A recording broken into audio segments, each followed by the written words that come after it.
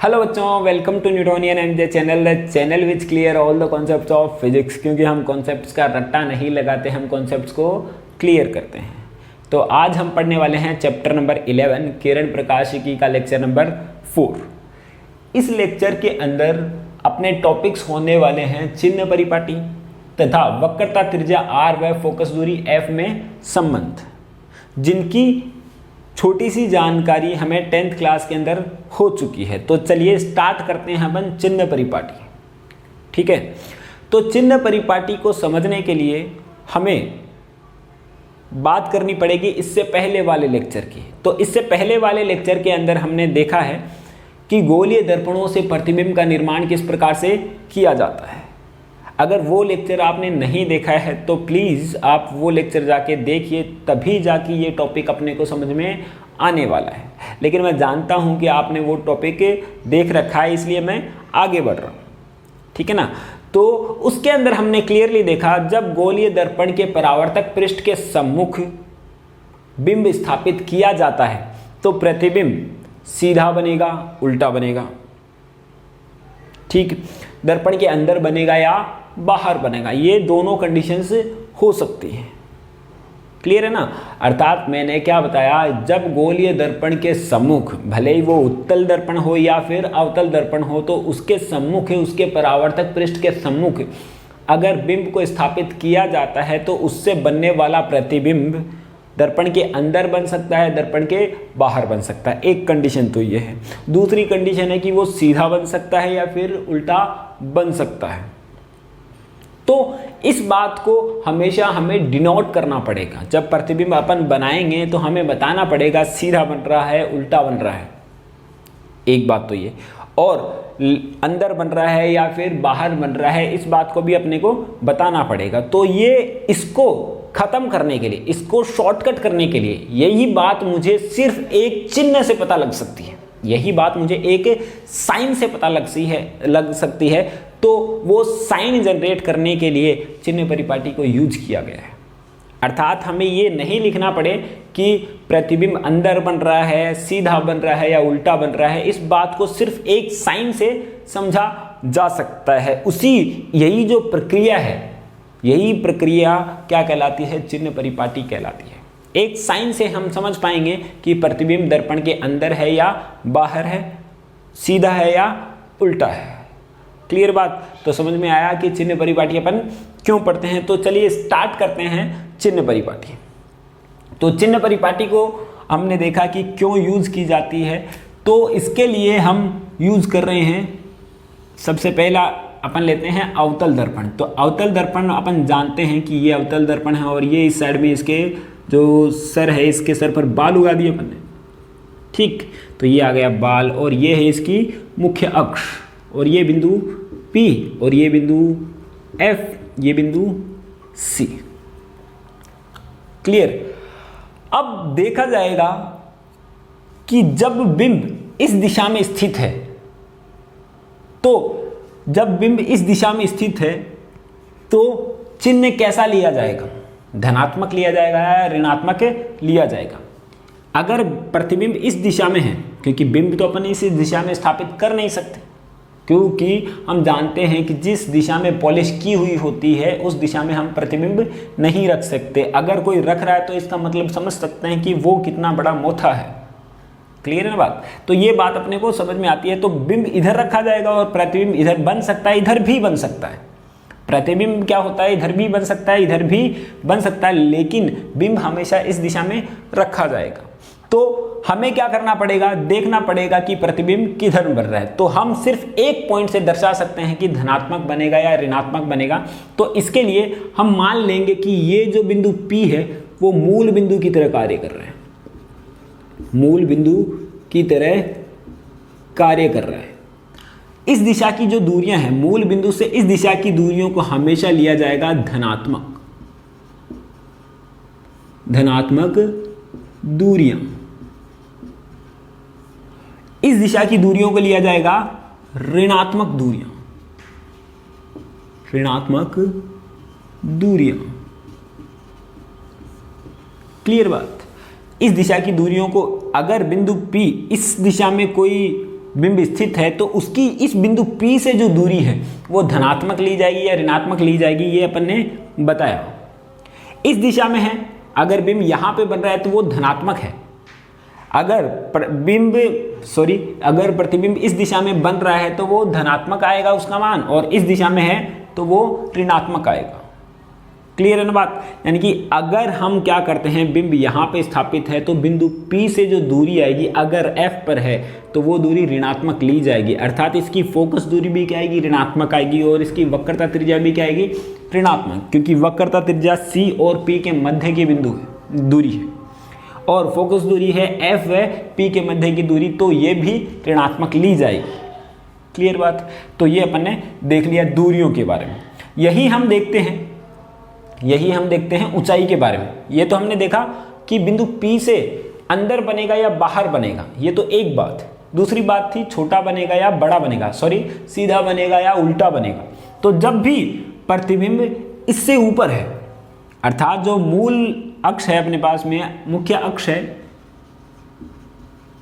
अक्ष से जब ऊपर है बिंब, ठीक है, यहां पे जब भी बिंब या प्रतिबिंब ऊपर है तो धनात्मक ऊंचाई ली जाएगी। ठीक है, अगर यहां है तो भी धनात्मक ऊंचाई ली जाएगी। अगर प्रतिबिंब या बिंब मुख्य अक्ष से नीचे है तो ऋणात्मक ऊंचाई ली जाएगी।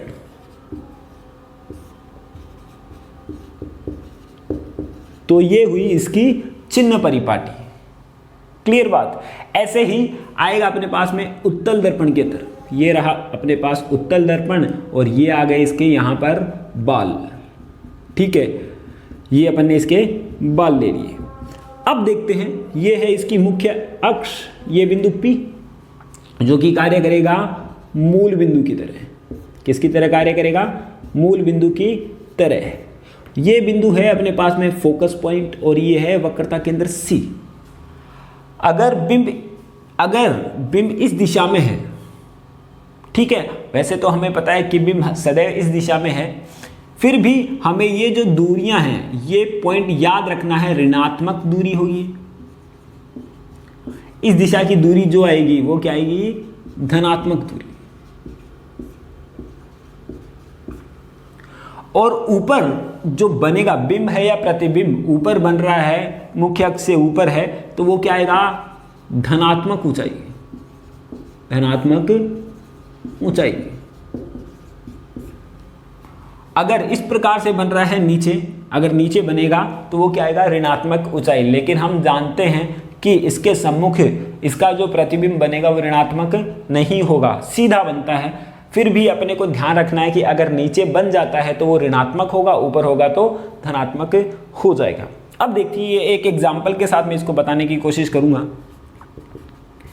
ठीक है, तो माना एक बिंब अवतल दर्पण से, एक बिंब अवतल दर्पण के सम्मुख रखा गया है, ठीक है, तो उसका प्रतिबिंब 10 सेंटीमीटर की दूरी पर बनता है। प्रतिबिंब 10 सेंटीमीटर की दूरी पर बनता है, तो आया इसका प्लस का 10 सेंटीमीटर की दूरी पर बन रहा है। ठीक है, v का मान दे दिया प्लस का 10। इसका मतलब क्या हुआ? प्रतिबिंब इस दिशा में बन रहा है। ठीक है ना बात? ऐसे भी अपन समझ सकते हैं, या फिर ऐसे दे दिया जाए कि अगर कोई बिंब अवतल दर्पण के सम्मुख 30 सेंटीमीटर की दूरी पर रखा गया है तो u बराबर कितना आएगा? माइनस का 30 सेंटीमीटर, क्योंकि जो प्रतिबिंब है वो इस दिशा में रखा जा रहा है, तो प्रतिबिंब जो बनेगा, बिंब होगा इस दिशा में, अर्थात u का मान माइनस का। अगर प्रतिबिंब इस दिशा में बन रहा है तो हमने क्या ले लिया? प्लस का। अगर v इस दिशा में बनता तो हम इसको नेगेटिव ले लेते। क्लियर बात? तो ये हमने देखा, इस दिशा की दूरियों को अपन ऋणात्मक लेंगे, इस दिशा की दूरियों को धनात्मक लेंगे। मुख्य अक्ष से ऊपर की ओर होगी अगर ऊंचाई तो वो धनात्मक ली जाएगी, और नीचे की ओर होगी वो ऋणात्मक ली जाएगी। आई होप कि आप लोगों को ये बात क्लियर हो गई है। ठीक है, अर्थात यहाँ पे अगर प्रतिबिंब बना अंदर प्रतिबिंब बना, तो इससे कुछ चीजें क्लियर हो जाती हैं। अगर उत्तल दर्पण के सम्मुख बिंब है तो प्रतिबिंब हमेशा किस साइड में बनता है, अंदर की ओर बनता है, अर्थात हमेशा प्रतिबिंब क्या आएगा, पॉजिटिव आएगा। इससे मैं समझ जाऊंगा डायरेक्ट कि अंदर की ओर बन रहा है, कि प्रतिबिंब कहाँ बन रहा है, अंदर की ओर। मुझे ये लिखना नहीं पड़ेगा कि प्रतिबिंब अंदर की ओर बन रहा है। आई बात समझ, ठीक है। अदरवाइज अपने को लिखना पड़ेगा कि अंदर की ओर बन रहा है या बाहर की ओर बन रहा है। तो इस बात को हटाने के लिए पॉजिटिव और नेगेटिव लगा देते हैं, जिससे अपने को क्लियर हो जाएगा कि प्रतिबिंब अंदर बन रहा है या बाहर बन रहा है। ठीक है, उल्टा बन रहा है या सीधा बन रहा है, एच का मान अगर पॉजिटिव है, पॉजिटिव 10 सेंटीमीटर है, उसकी ऊंचाई पॉजिटिव 10 सेंटीमीटर है, ठीक है, तो ये कैसा बना, पॉजिटिव है, अर्थात ऊपर की ओर है। ठीक है, तो इस बात का अपने को पता लग गया है। जब अपन न्यूमेरिकल्स करेंगे तब अपने को और भी ज्यादा क्लियर हो जाना है। फिलहाल आप इसको निर्देशांक तंत्र माने, जहां पे बिंदु मूल बिंदु ये है, इस साइड की दूरियों को एक्स एक्स वाली, इधर वाली दूरियों को अपन धनात्मक लेते हैं, इस दिशा की दूरियों को अपन ऋणात्मक लेते हैं, और वाई एक्स वाली दूरियों को अपन धनात्मक लेंगे, नीचे वाली दूरियों को अपन क्या लेंगे, ऋणात्मक लेंगे। और यही कार्य अपन ने यहाँ पे किया है। ठीक है बात। अब बढ़ते हैं दूसरे टॉपिक की ओर। ये टॉपिक अपना कंप्लीट है। दूसरा है वक्रता, त्रिज्या व फोकस दूरी एफ में संबंध। ठीक है बात, तो चलिए करते हैं। अब हम देखते हैं वक्रता, त्रिज्या व फोकस दूरी में संबंध। ठीक है, तो इसको स्थापित करने के लिए मैं अवतल दर्पण ले लेता हूं और उसके अंदर मैं वक्रता, त्रिज्या r व फोकस दूरी f में संबंध स्थापित कर दूंगा, जो कि हमने पढ़ा था 10th क्लास के अंदर, r बराबर 2f होता है। यही बात अपने को प्रूफ करनी है। ठीक है, पढ़ी होगी अपन ने बात। और इसी के साथ अपन ने ये भी बताया था, जब अपन ने गोलीय दर्पणों से संबंधित कुछ बिंदु पढ़े थे, तब बताया था कि फोकस बिंदु जो होता है वो P व C का मध्य बिंदु होता है, अर्थात P व C के मध्य की दूरी तो कितनी होती है, कैपिटल R होती है। तो P व F के मध्य की दूरी स्मॉल f है, जो कि R की आधी होगी। यही बात अपने को प्रूफ करनी है। ठीक है, तो करते हैं अपन अवतल दर्पण के लिए अपन प्रूफ कर देते हैं, क्योंकि अपनी बुक के अंदर अवतल दर्पण के लिए ही इसका प्रूफ है। ठीक है, उत्तल दर्पण के लिए भी हम कर सकते हैं, लेकिन वो अपने बुक के अंदर नहीं है, तो अपन उसको नहीं कर रहे हैं। तो हम कर रहे हैं अवतल दर्पण के लिए R व F में संबंध। अगर उत्तल दर्पण के लिए करते तो भी बात वही है, उसी प्रकार से आता, लेकिन हम करेंगे अवतल दर्पण के लिए।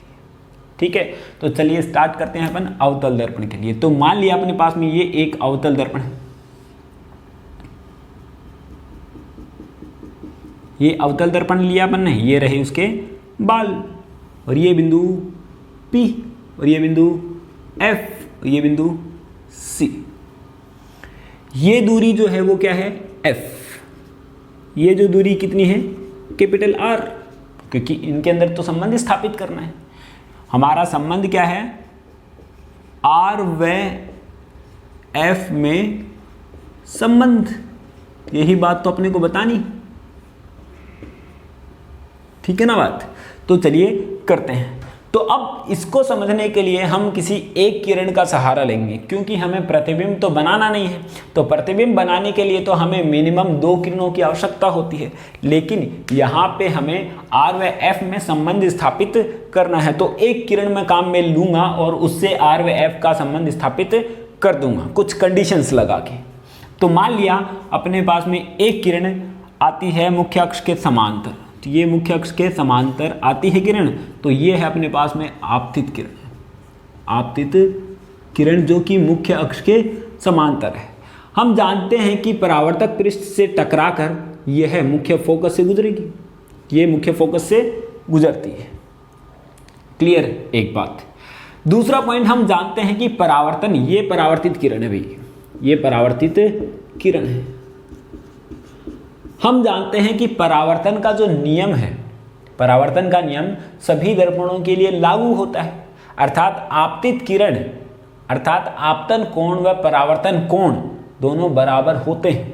आपतन कोण क्या होता है, आपतित किरण व अभिलंब के मध्य का कोण आपतन कोण होता है, अर्थात ये C से, और हमने देखा था कि जो C से गुजरने वाली रेखा है वो अभिलंब की तरह कार्य करती है, तो इस बिंदु पर अभिलंब की तरह कार्य करेगी ये वाली रेखा।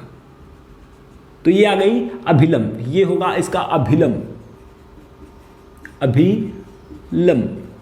अभिलंब की तरह कार्य करेगी। तो ये कोण मान लिया अपन ने थीटा, तो ये कोण भी कितना आएगा थीटा, क्योंकि आई बराबर कोण आर, कोण आई बराबर कोण क्या आएगा आर आएगा। और जहां पे ये टकराया है ये बिंदु ले लिया अपन ने एम, ठीक। अब ये किरण गई इस प्रकार से, ये थीटा, तो ये कोण कितना बोलो बेटा, ये भी थीटा, क्योंकि यहां से जब पहली किरण जा रही है दूसरी किरण इधर से गई, तो इस किरण को अगर मैं यहां से मिलाता हूं तो यहां पे जेड बन रहा है, और जेड बन रहा है तो मतलब क्या, एकांतर कोण। अर्थात मैं लिख सकता हूं कि ये मैं ले लेता हूं ए कोण ए एम सी जो होगा बराबर होगा कोण एम सी एफ के बराबर थीटा। ए एम सी ये वाला कोण बराबर होगा एम सी एफ के इस कोण के, क्यों, एकांतर कोण है, एकांतर कोण है। क्लियर, बात तो पता है। इसी प्रकार से अगर मैं ये लेता हूं कोण ए एम एफ, कोण ए एम एफ जो होगा वो कोण एम एफ पी के बराबर होगा, कोण एम एफ पी के बराबर होगा, जो कि होगा 2 थीटा, क्योंकि हम जानते हैं कि ए एम एफ जो मध्य का कोण बन रहा है वो 2 थीटा बन रहा है, तो यहां से ये जेड भी तो बन रहा है, तो ये 2 थीटा हुआ, तो ये भी कितना हुआ 2 थीटा। बात आई समझ में, ठीक है। ये भी क्यों है, एकांतर कोण है भैया, कोई दिक्कत नहीं है इसमें। तो अब हम प्रूफ करते हैं। तो मान लिया हम यहां से एम से एक अभिलंब डालते हैं, यहां पर एन हम डाल रहे हैं अभिलंब n, जो कि बिंदु P के समीप ही प्राप्त होता है। ऐसा क्यों है, क्योंकि द्वारक हमने लिया है कम, द्वारक हमने लिया है कम, छोटा लिया है, ठीक है। द्वारक कम का मतलब क्या हुआ कि हमने थोड़ा सा इस प्रकार से लिया है, पूरा ऐसा नहीं किया है, थोड़ा सा इस प्रकार से लिया है। इसका कारण भी मैं बताऊंगा कि ऐसा क्यों किया, फिलहाल तो हम इसको कर लेते हैं। तो द्वारक अपन ने लिया कम, तो अभिलंब डाला अपन ने यहां पर, तो n बिंदु प्राप्त हुआ जो कि बिंदु P के एकदम नजदीक है, एकदम पास में है, क्योंकि द्वारक अपन ने क्या लिया, छोटा लिया है, ठीक है। तो ये जो गोलीय दर्पण है एकदम गोल तो है लेकिन ऐसे है, इस प्रकार से थोड़ा सा गोल है, तो बिंदु P और n क्या प्राप्त हो रहे हैं, एकदम समीप प्राप्त हो रहे हैं। तो ये प्राप्त हो गया। तो हम देख लेते हैं अब त्रिभुज CMN में क्यों किया अपन ने अभिलंब, क्योंकि मैं जानता हूं sine theta, cos theta, tan theta ये निकालने के लिए हमें एक कोण 90 डिग्री का चाहिए, तभी हम ये चीजें उसके अंदर लगा सकते हैं। तो हमने ये काम में ले लिया इस प्रकार से, ठीक है। तो ये लिया त्रिभुज CMN में, CMN में हम जानते हैं कि CMN में ये जो कोण प्राप्त हो रहा है वो हो रहा है थीटा। तो टेन थीटा बराबर क्या आएगा, लंब बटे आधार।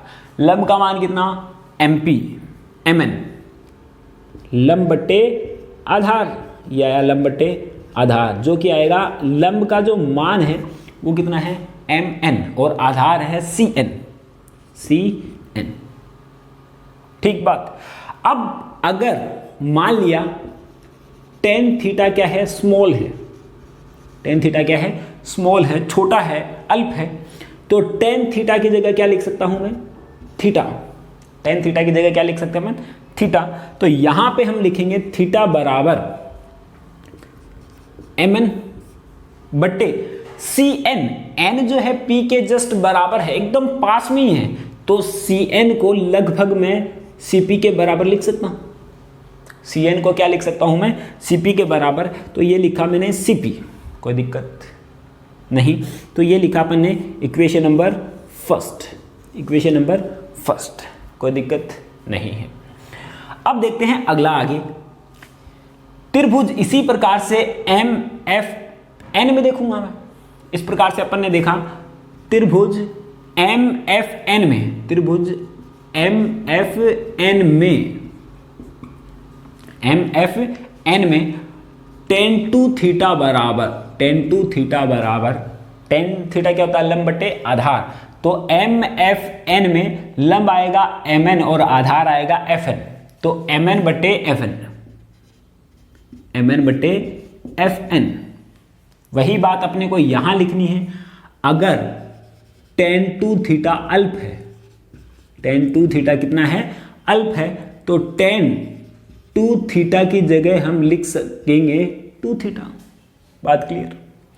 अगला पॉइंट, एफ एन की जगह मैं लिख पाऊंगा एफ पी, तो टू थीटा बराबर हम लिखेंगे एम एन बटे एफ पी। ठीक है, तो टू थीटा बराबर ये लिया अपने एम एन बटे एफ पी, तो ये इक्वेशन नंबर सेकेंड। ठीक है, अब इक्वेशन 1/2 में कर देता हूं, 1/2 में कर देता हूं, तो थीटा बटे टू थीटा बराबर ये आएगा एम एन बट्टे सी पी, एम एन बट्टे सी पी बट्टा एम एन बट्टे एफ पी, एम एन बट्टे एफ पी। तो एम एन से एम एन कैंसिल, थीटा से थीटा कैंसिल, ये आया 1/2 बराबर एफ पी चला जाएगा ऊपर, तो ये आया एफ पी बट्टे सी पी। अब एफ पी का मान रखूंगा मैं, एफ पी कितना आएगा, एफ नहीं माइनस एफ, कितना आएगा, माइनस का एफ, क्योंकि इस साइड की दूरी है, ये फोकस दूरी इस साइड की है। हम जानते हैं कि इधर वाली दूरियां, ध्रुव से लेफ्ट साइड की जो दूरियां हैं हम जानते हैं उनको अपन ऋणात्मक लेते हैं, तो ये वैल्यू आई 1/2 माइनस का एफ बट्टे सीपी का मान, ये रहा सीपी, ये आएगा माइनस का आर, माइनस का आर, तो माइनस माइनस तो कैंसिल, तो यहां से आया आर बराबर 2f, और यही अपने को सिद्ध करना था, ये आया इति सिद्धम, इति सिद्धम। क्लियर बात। तो ये अपना हो गया इसका प्रूफ। अब कुछ बातें मुझे बतानी है आपको इससे रिलेटेड। ठीक है, एक कारण बताना है कि हमने ऐसा क्यों किया है। कई बार बच्चों को दिक्कत आ जाती है कि सर अपन ने क्या किया, इसके अंदर कंडीशन ले ली, पहली कंडीशन तो अपन ने टेन थीटा ही क्यों लगाया। पहला क्वेश्चन बनता है अपना यहाँ पे, क्यों टेन थीटा ही अपन ने क्यों यूज किया। और ये बात तो भले ही पता होगी आपको, टेन थीटा अगर स्मॉल है, साइन थीटा और टेन थीटा में अगर अल्प होता है तो वो थीटा के बराबर प्राप्त होता है। ठीक है, एक बात तो ये आपने ये किया, टेन थीटा जिसके अंदर एक तो अपन ने टेन थीटा लगाया और थीटा को भी अपन ने स्मॉल लिया, क्यों, थीटा को भी अपन ने स्मॉल लिया, क्यों, ऐसा क्यों किया अपन ने। ठीक है, उसके बाद में हम सारी कंडीशंस कर रख सकते हैं, और एक द्वारक अपन ने छोटा लिया, क्यों। ये सारी बातें मुझे क्लियर करनी है। 3 बातें मुझे याद करनी पड़ी जो कि याद करने के लिए नहीं है, हम समझ सकते हैं। सबसे पहली बात तो पहला आंसर तो है अपना कि टेन थीटा क्यों लिया। टेन थीटा इसलिए लिया गया क्योंकि मैं जानता हूं कि हम जानते हैं कि जब दर्पण के सम्मुख बिंब को रखा जाता है तो बिंब से दूरी भी हमें पता होती है। ठीक है, और उसकी ऊंचाई भी अपने को पता होती है, जबकि टेन थीटा का मान अर्थात कर्ण का मान अपने को प्राप्त नहीं होता है, इसका मान अपने को पता नहीं होता है। इस वजह से हम ऐसा साइन कॉस टेन में से एक ऐसा tan theta sine theta cos theta में से कुछ एक ऐसा टर्म यूज करना है जिसके अंदर कर्ण नहीं है। तो साइन थीटा के अंदर भी कर्ण आता है, लंबटे कर्ण, तो यानी कि कर्ण वाला अपने को यूज नहीं करना है, क्योंकि मैं जानता हूं कि बिंदु P से दूरी की अपन बात कर चुके हैं, ऊंचाई की भी अपन बात कर चुके हैं, जबकि कर्ण तो जाएगा टेढ़ा जिसकी अपन ने बात नहीं की है, किरण ही होगी ये तो अपने पास में। आई ना बात समझ में, ये तो किरण है, तो हम बात कर रहे हैं दूरियों की, ये तो दूरी इस साइड में दूरी, ये वाई डायरेक्शन में दूरी है, तो इसलिए हमें ऐसा यूज करना है जिसके अंदर कर्ण नहीं आए। तो साइन थीटा में यूज नहीं कर रहा, कॉस थीटा भी यूज नहीं कर सकता क्योंकि कॉस थीटा के अंदर भी कर्ण आता है लेकिन टेन थीटा के अंदर नहीं आता है, जिसका कारण मुझे मिल जाता है। इस वजह से मैंने टेन थीटा यूज किया है, एक बात क्लियर। ठीक, सेकेंड आता है अपने द्वारक छोटा क्यों लिया है, द्वारक अपन ने छोटा क्यों लिया है, हम पहला आंसर अपने पास में क्लियर हो गया। दूसरा, हम द्वारक छोटा क्यों लेते हैं, हम ले सकते हैं बड़ा द्वारक, जैसे कि मान लिया हमने बड़ा द्वारक ले लिया इस प्रकार से, तो ये आया अपने पास में कोई दर्पण, ठीक है, यहाँ पे मैं मिटा के इसको करता हूँ सॉल्व, तब अपने को ज़्यादा क्लियर होना है। यहाँ पे अपन कर देते हैं,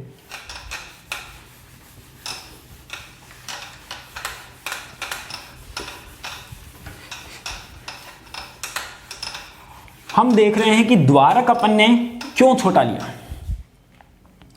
द्वारक हम इसलिए छोटा लेते हैं, अगर हम बड़ा द्वारक ले लेंगे इस प्रकार से, बड़ा द्वारक लिया अपन ने, ले लेंगे, लेने में कोई दिक्कत नहीं है। ये बिंदु P, ये बिंदु F, ये बिंदु C, यहां से कोई किरण जाएगी तो टकराने के पश्चात वह फोकस से गुजरेगी, लेकिन यहां का अभिलंब आएगा अपने पास में यहां n। ठीक है, तो अब ये जो दूरी अपने को कैलकुलेट करनी पड़ेगी, ये जो r आएगा अपने पास में Cn प्लस का Np, जिसके अंदर अपने को ये मान पता होना चाहिए, ये मान अपने को पता होना चाहिए। ठीक है, अगर ये मान पता है तो भी अपन r बराबर 2f को प्रूफ कर पाएंगे, लेकिन हमें ये मान अल्प मान के कर लेते हैं तो अपने को ये जो फॉर्मूला है, ये जो शॉर्ट ट्रिक है वो आसानी से आ जाती है। इस वजह से हमने कम छोटा द्वारक लिया है। अगर द्वारक छोटा नहीं होगा तो इस NP का कुछ मान आएगा अपने पास में, और अगर उसका मान हमें पता है तो अपन आसानी से निकाल पाएंगे, कोई दिक्कत नहीं होगी, लेकिन उसके अंदर थोड़ी सी दिक्कत बढ़ जाएगी अपनी। ठीक है बात, तो दिक्कत को कम करने के लिए हमने ऐसा किया। ठीक है, दूसरा रीजन हो गया अपने पास में, tan थीटा का हो गया। एक और अपने पास था, वो क्या था कि tan थीटा अपन ने लिया, और थीटा को अल्प क्यों लिया, थीटा को अल्प क्यों लिया, थीटा जो अपन ने लिया वो अल्प क्यों लिया। अब थीटा अल्प इसलिए लिया जाता है क्योंकि थीटा अल्प लेते ही, थीटा अगर अल्प लेंगे तो tan थीटा जो बदल जाएगा वो थीटा के अंदर बदल जाएगा। tan थीटा किस में बदलेगा, थीटा के अंदर, क्योंकि थीटा अगर 0 होगा तो लगभग इसका आंसर कितना आएगा, 0 आएगा। यही होता है ना इसका मान, tan 0 का मान 0 होता है। अगर थीटा का मान 20 डिग्री भी ले लिया तो हमें tan 20 डिग्री का मान रखना पड़ेगा, जो कि हमें मालूम नहीं है। हम निकाल तो पाएंगे उस कंडीशन में भी, लेकिन tan 20 डिग्री का मान हमें मालूम नहीं है। tan 30 का होता तो अपन निकाल सकते थे, 30 डिग्री पे भी अपन निकाल पाएंगे, लेकिन कितनी दूरी पर परावर्तित होती है, कितना द्वारक आता है, उस पर भी अपने को दिक्कत। tan 30 डिग्री निकाल के तुम सॉल्व कर सकते हो, आसानी से कर सकते हैं, लेकिन उसमें भी क्या होगा, तुम्हें वैल्यू पुटअप करने की पड़ेगी। इस वजह से थीटा को अल्प लेके अपन ने इसको सॉल्व कर दिया है। तो आपके तीनों डाउट्स क्लियर हो गए होंगे, आपके तो हुए हैं या नहीं हुए हैं, क्योंकि मुझे जरूर ये डाउट्स आते थे, इसलिए मैंने आप लोगों को बता दिए।